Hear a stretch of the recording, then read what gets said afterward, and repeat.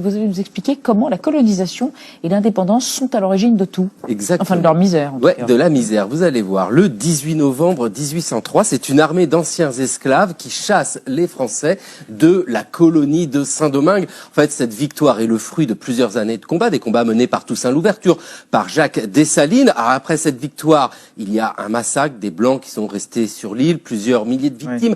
Ouais. Une page se tourne quand Haïti prend ce nom-là. Avant, c'était Saint-Domingue, ça devient Haïti. C'est le nom qu'on donne au moment où l'indépendance est proclamée. Alors en France, au même moment, Napoléon est empereur, deux rois lui succèdent, Louis XVIII et Charles X. Et pendant toutes ces années, l'idée reste qu'un jour, l'île va revenir dans le giron français jusqu'en 1825. Oui, Charles X est sur le trône depuis à peu près une année et il prend une ordonnance qui concède l'indépendance à Haïti. Alors concède, vous voyez, factuellement, c'est déjà indépendant depuis 1803.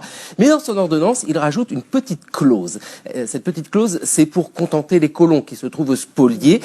Haïti doit verser une indemnité de 150 millions de francs or. Alors Haïti, évidemment, ne peut pas fournir une telle somme, et puis surtout, pas du tout envie de payer. Mais là, la France a deux superbes arguments. Alors le premier argument, c'est de dire, écoutez, on va arranger tout un système de prêts, des prêts avec des banques françaises, bien sûr. Puis le deuxième argument est beaucoup plus net, c'est que des bateaux de guerre sont envoyés, et puis ils disent, si vous ne payez pas, on va bombarder. C'est pourquoi le président haïtien, Jean-Pierre Boyer, est contraint de payer, ça y est, la dette, donc 150 millions de francs or.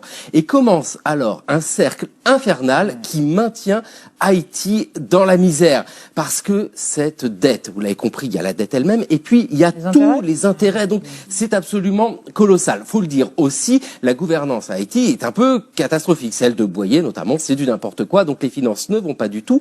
Dans les années 1830, la France renégocie la dette. C'est la monarchie de Juillet, Louis-Philippe, mais ça ne suffit pas. Écoutez bien, c'est dans les années 1880 que la dette est enfin payée. Donc l'indépendance, c'était 1803. Et les intérêts surtout, dans les années 1950 que les intérêts et les emprunts sont enfin payés. Donc vous voyez, une dette séculaire qui a maintenu Haïti, qui est une des causes qui explique cette misère persistante à Haïti. Alors